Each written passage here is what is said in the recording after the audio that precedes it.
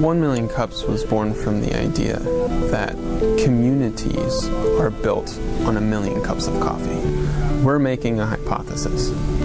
If Kansas City's entrepreneurs had a million more cups of coffee together, that we could fundamentally change the culture of entrepreneurship in Kansas City. So 1 Million Cups is a weekly program held in Kaufman Labs, and each week we feature 2 unique startups from Kansas City. It's a 6-minute presentation format, and it's education-based. As a new company, obviously you're facing unique challenges day to day. So what's your issue? And the audience is made up of other entrepreneurs, advisors, mentors, researchers. We have people who are just interested in entrepreneurship and maybe are thinking about taking the leap.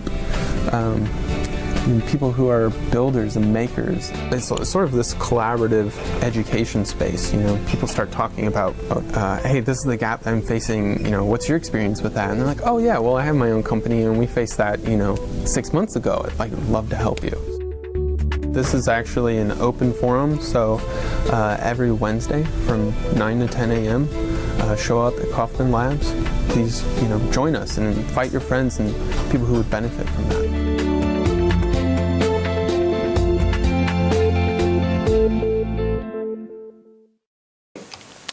Without further ado, we're going to bring on Melissa Ahonen with BBT Style. Now, the format for these presentations, she's going to have 6 minutes to present. So we're going to pop her, we're loosely 6 minutes. I mean, if we go a few seconds over, that's going to be okay. But roughly 6 minutes to present, and then we're going to open it up to questions and answers. So as you're listening to her, you can ask questions of her, and she can, we're going to ask that she can ask questions of you as well. Maybe things that she's challenged with in her business, things that are going well. But if you have questions for Ellen as well, we would welcome those. Ellen has a microphone. We would like to have, if you have a question, just simply raise your hand. We'll come to you with the microphone. The reason for that is because we are recording this for Dakota Media Access, and we would like to capture your question for the television feed. So Ellen will be running around with that microphone. So without further ado, please help me welcome Melissa Ahonen with BBT Style. Find my phone switch here. Can you guys hear me okay? I have a loud voice to begin with. So I am Melissa Ahonen. I am the owner of BBT Style.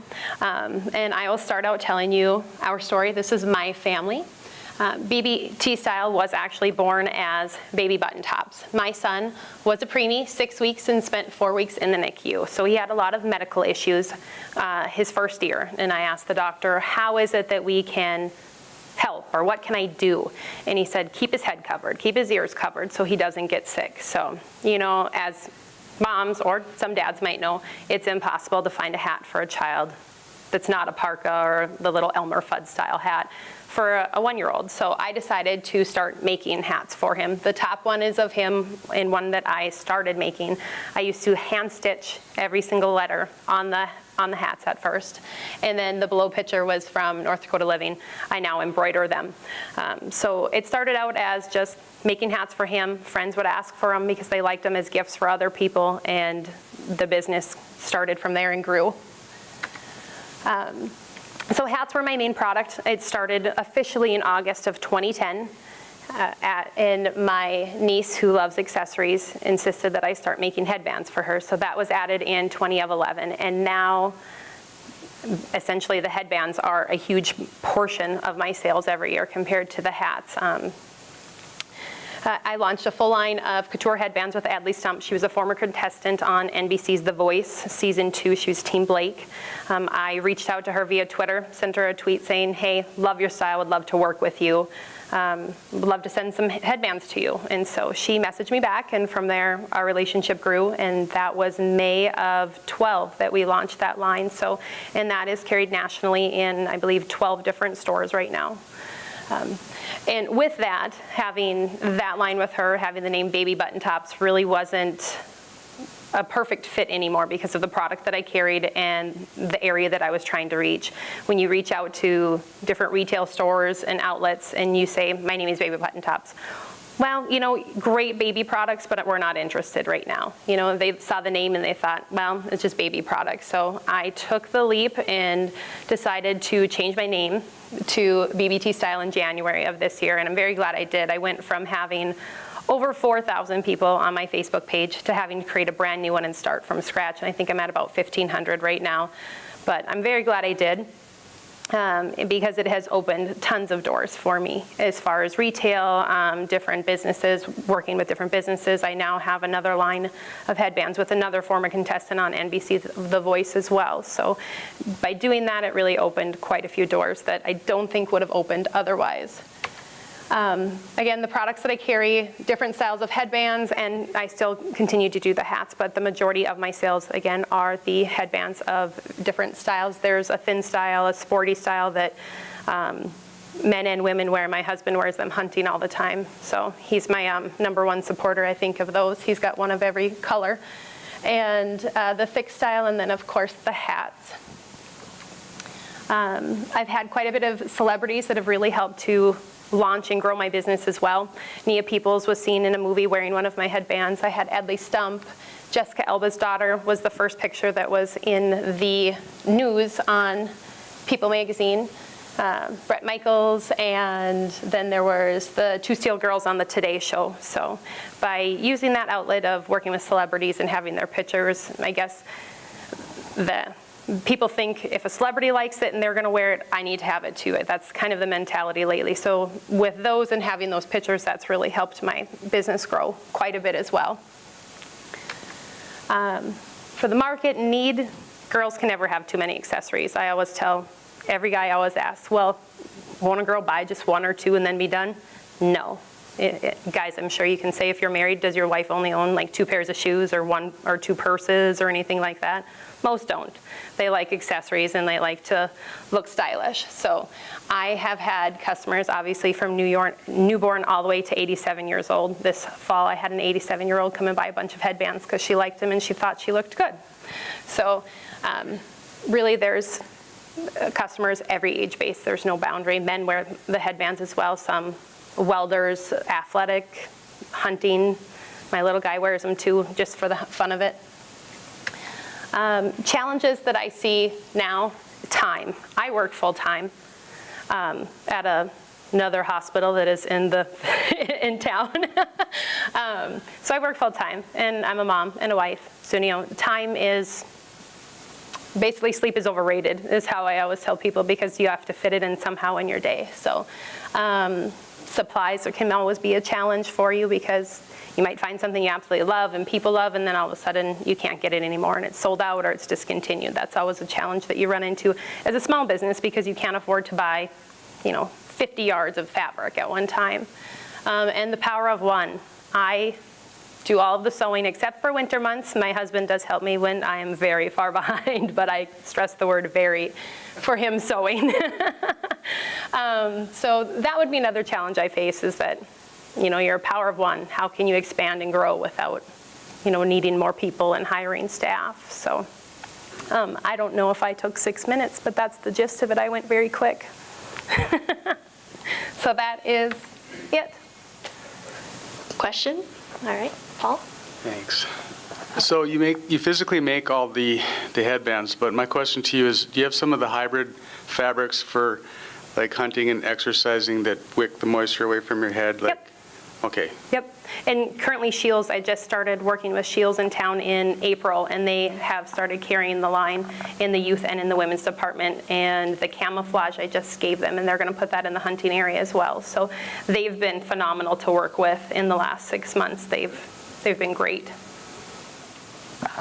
So why haven't you expanded beyond one? Why not farm out the production or hire extra people or offshore or whatever? Well, I'm handmade, so I don't want it to go over to another manufacturer across the seas or wherever it may be. I'm picky with my product, and it's my name, so I want to see, I guess I'm I want to see every product that goes out the doors, essentially. Now, I also still work full-time because I carry our health insurance for my family, so that, you know, you can't really get rid of that at the moment right now either. So I've looked at it. Right now it's not a possibility, but as far as handmade, I would feel like I'm cheating someone saying it's handmade if I send it across seas. Scott, you know everything about me. Come on. That's why I'm going to ask a question. So you started working with, you know, you talk about the celebrities that you've worked with, and that's been a huge boon to your business. But you started working with the Artisan Group, right? Can you talk Correct. a little bit about that relationship? The Artisan Group is a group of, and Erica belongs with me to this group. It's a group that does celebrity giftings at events such as the Emmys, the Golden Globes, the Oscars, those different events. So it's a collaboration of, I think there's about 900 members right now, and about 100 people will get to put a product in the bag, and then the celebrities are gifted the products at the facility that they go to.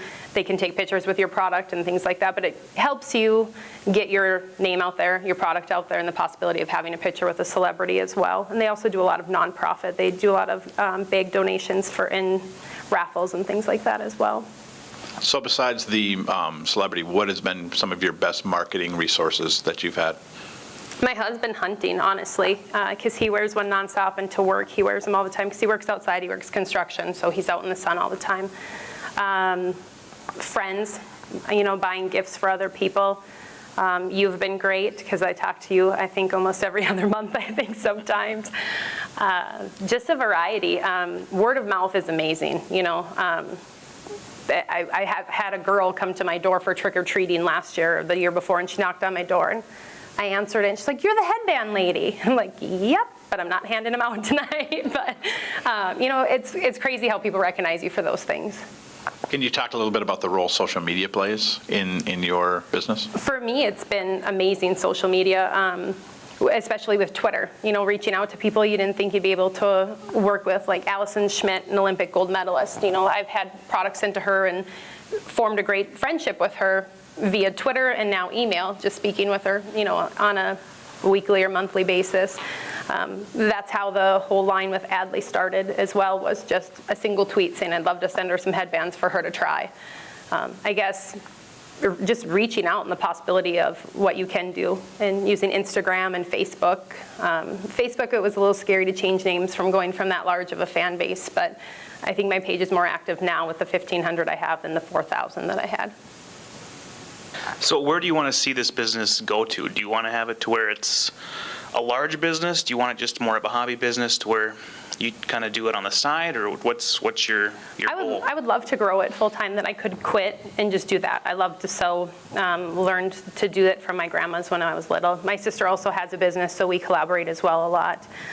Collaborate with a lot of friends and ideas, but I would love to grow it to be full time and not just a hobby. It kind of is more than a hobby at this point as well, because of the increase of sales that I've had. Are you at the tipping point where you could do this full time right now? Very close to it, yes. Okay. So once you hit that, would you transfer from or quit your job and then do this full time then, once you reach a certain milestone? Yes, I would love to do that. As long as it works out, and, you know, the healthcare issue and all of that, so. And the other question is your target. You're saying you're in some retailers. Price point, I'm sure there's many other companies that do headbands, but what's your niche? Are you going more for the high-end consumer? Are you going more of, you know, are you cost conscious for the shopper, or what's You know, your I am target? cost conscious, especially our state. I don't want to say we're cheap, but we don't buy a lot of frilly things in this state. So my price points are set more to be of the conscious shopper. The Adley line, and there's a couple other new headbands that I'm just coming out with. Those are on the higher end, and those are the ones that sell more nationally and everything. But locally and in the retail stores that I carry, yeah, it's, you know, price point is set for the more conscious North Dakota shopper, because I think we're more sticker shock in this state than other states, especially when I've gone to other craft shows out of state and other stores. People don't blink an eye to spend dollars versus here. Which retailers are you working with? I work Shields locally. There's Momo's Garden in Dickinson. She'll also be in Bismarck soon. Eco Chick in Fargo and in Bismarck as well. Adley Ann's, which is a baby store in Grand Forks. Trendy Treasures, it's in Texas. Po Girls is in South Carolina.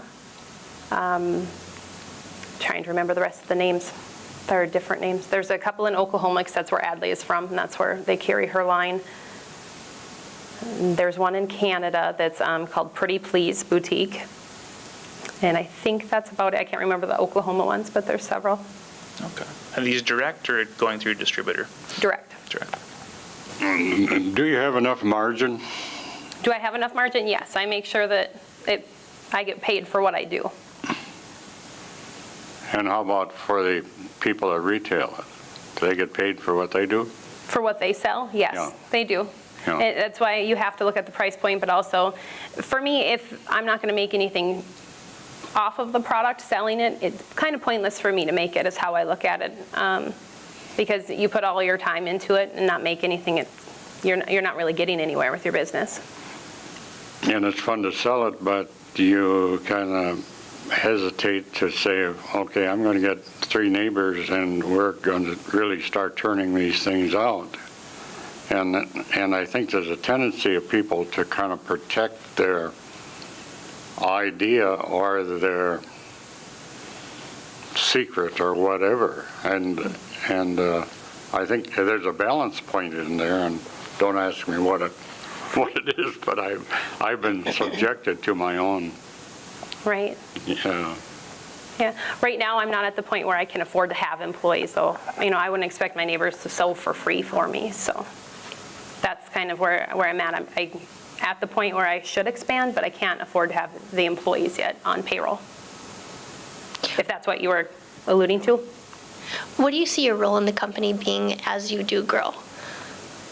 I mean, do you like the manufacturing portion and the design portion of it? Do you like the business aspect and the relationships with the retailers? Yeah, I do. There's different things that I like about all of the different areas, but I know as time goes on and I do grow, I will have to step away from the sewing machine more. So, and I do know that there will come that time, but right now, I like every aspect of it. There's not one more. I do like to design and create different things. I just like to have something out there that nobody else has. So how many are you manufacturing on a monthly basis? A friend of mine once said this statement, Erica, I don't make one at a time. I make them in batches. So I'll sew, the same stitch on 30 pieces at one time. Right now it's holiday time, so I have 2 shows coming up. So I will probably make about 3,000 headbands in the next 2 months. Wow. Are you using a sewing machine or a commercial embroidery machine? I've got 3 questions. Oh, okay. I use a regular sewing machine because I use a straight stitch for most of my headbands. My sewing machine also switches to an embroidery machine, so it's a 2-in-1 machine, thankfully. So. Okay. What percentage of the headbands that you're putting out are custom? In what do you mean in that aspect? Are you doing some custom work where somebody can reach out to you and say, this is what I'd really like on a headband? Oh, absolutely. Okay, so how many are you, as out of 100% of the headbands that you're putting out, what percentage is custom? Pretty small? I'd say probably about 10 to 15%. A lot of people just ask it to be a thinner style than what I make, or smaller, or change the shape of it a little. As far as the hats, a lot of people ask for customized hats because they want their child's name, a nickname, or a team name, or things like that on there. So the portion of hats, I would say, is about 40% customized. Oh, okay. But the headbands, are probably about 15%. Some people ask to, can you take the stones off of this and just leave the Swarovski crystals on there? Yes, I can do that. So a lot of people do ask for small things, but I don't really consider that a full customization. Okay, so you're doing rhinestones and thread. I hand place the Swarovski crystals on the headbands for the Adley line, yes. Right. Are you doing buttons and things like that? On the hats, I do buttons on the hats. Okay. As far as American-made materials and maybe organic materials, do you look at any of those things? Yep, I do. As far as fabric shopping, I buy locally, I buy online, fabric swap with some friends. If it's organic and I like it, I will purchase it. Mm-hmm. The majority of fabric is not made in America, but if it's organic and it is made here, yes, I'll buy it if I do like it, if it's a pattern I like. Right. Okay. Thank you.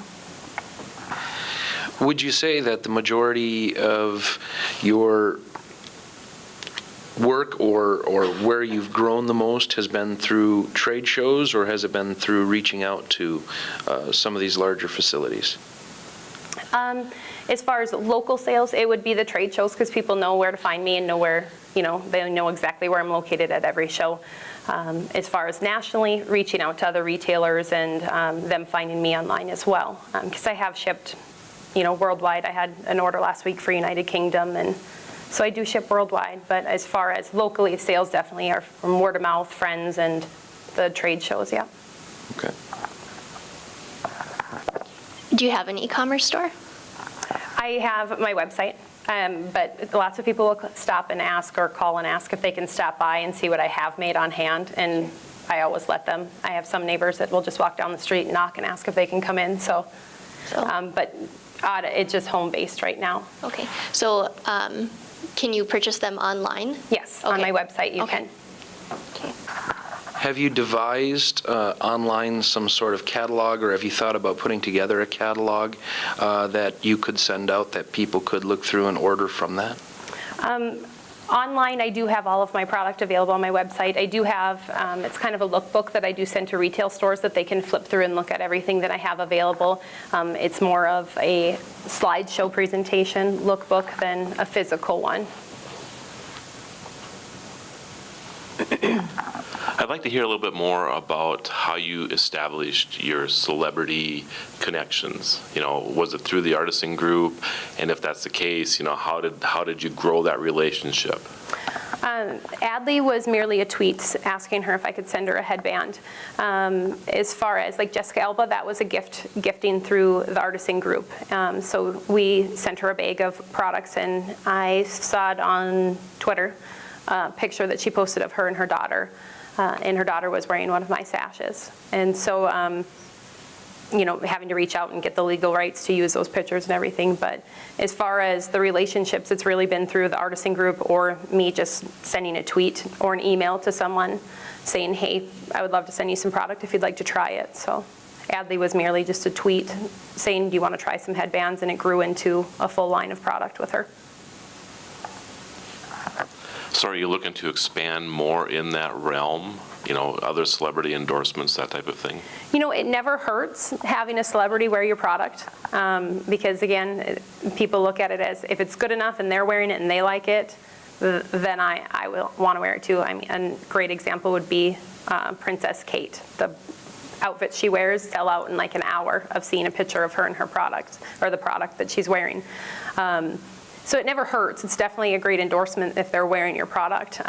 My sales the month that Jessica Alba's daughter was seen wearing it, because that was one of the first celebrity pictures I had, my sales the next month tripled from the month prior. You have a very cool product, by the way. I think that's very cool. And I think you're probably gathering from the crowd here, too, that a lot of people feel that you kind of are at your tipping point right now. If you were to, moving forward here, and Alan kind of related to this too, are you going to move? I'm just going to back up a little bit. Are you more interested in the production side of things and maybe having somebody handle your distribution in the future? I mean, if somebody were to come to you and say, hey, I can get you into 500 stores right now, I mean, would you want to be, hand that over to somebody and you handle the production, or are you more comfortable with, handling the distribution yourself? It would really depend on the size of it. Locally, I'm fine with doing the distribution, but if it grows to the point where I would need that help, obviously, yeah, I would have to look at that and say, this is part that I'm going to have to cut off and not be in charge of. Absolutely. Excuse me. When you say email a celebrity, I just think, wow, how can you do that? And can we really do that? With Twitter, I guess it's a little bit easier. But do you have any advice for emailing a celebrity? Like, how do you get their email? And then isn't there some sort of their, not manager, but you know publicist? What I mean? Yeah, their publicist that gets in the way. And how do you find their contact? Or a lot of digging. You can find, if you dig sometimes enough, you can find it. There's one website called imbo.com, I believe is what it is. There's a trial, but you can cancel afterwards, or you can keep it. You can look up a lot of publicist names or managers, different names on there to find, and you can email their publicist directly. Sometimes they do have contact information for celebrities. Send them a tweet. Sometimes if you know someone who knows someone, that helps as well. So just kind of a lot of digging online, you can find it. I'm a night owl, so I spend my computer time after the little guy's in bed. Well, you know, your sales, how they increased after Jessica Alba's daughter was seen wearing it. How did people find out that that headband that was on her daughter came from you? Well, I did post a picture on my page prior to her wearing it, showing what I sent her on my Facebook page. And then once it was on People magazine and out on Twitter, I bought the rights to the photos from one of the photographers that took the picture. And then I linked it directly to my website, having that product on there, and then showing the previous post that, 2 weeks prior I mentioned that I sent her this headband. Here it is. And you could tell by the pattern it was the exact product that I sent. And in one of the photos you can actually see my care label in it. So it does say my name on it if you zoom in. Right, so none of the magazines that showed the picture actually had an arrow or had something No, saying, they didn't. Which is frustrating for consumers. They see it, they want to buy it. Where'd that come from? You never get to know those things. That'd be nice. But what I did was, wherever it was online, I put a link directly to the product under it, and I've had hits from those websites directly to my site. So if you do enough digging, you can find where it's all posted, and I just posted direct links to all of it that way. To piggyback off that question, you said that you had to pay the photographer for the rights. Did you also need to pay the actual celebrity themselves as well? No, I did not, because the property of the photo was not hers. It was the photographer that took it. Okay. Are there any other questions? Right. Well, one of the main things that 1 Million Cups is really about is supporting startups in our community. So, Melissa, what can the community do for you? They've already done a lot, but gosh, I don't know. I wasn't expecting to be able to ask the crowd questions. Always, it's a collaborative environment. So, I can help you. My husband is a custom embroidery digitizer. He's been doing that he's been in the embroidery business since he was out of high school. Okay. In his 30s, worked for Dakota Collectibles. He's one of the best embroidery digitizers in the United States. We have custom embroidery, we have commercial equipment. Our work, I can totally identify with what you're saying about not wanting to let go of it because you're particular about how you give it to someone else. Are they going to care as much as you do about what they're sending out? We're huge on that. And so just to let you know, I was going to talk to you after definitely. this. But if you ever need help, that's one area that I know I could help you with personally. Great. Thank you. I'll talk with you when I get the mic off. So, Melissa, any more questions for the crowd at all? I don't think so. Just spreading the word, telling people about your product. Yeah. One of the things I'm involved with is Relay for Life. Do you get people from the cancer community reaching out for these hats? The hats as well as the sport headbands as well. I've had cancer patients email me saying how much they love them, and they'll go out in public without their wigs because they like them. I haven't had anyone particularly to Relay for Life reach out for them, but I have had individuals, and like the Bismarck Cancer Center has, yes. All right. Well, Melissa, thank you again so much for presenting. It's not easy being up there talking about your business and getting grilled about tons of questions, but I hope that it's been a useful session for you. Definitely, and yes. We'd love to have you come back and present later on. Thank you.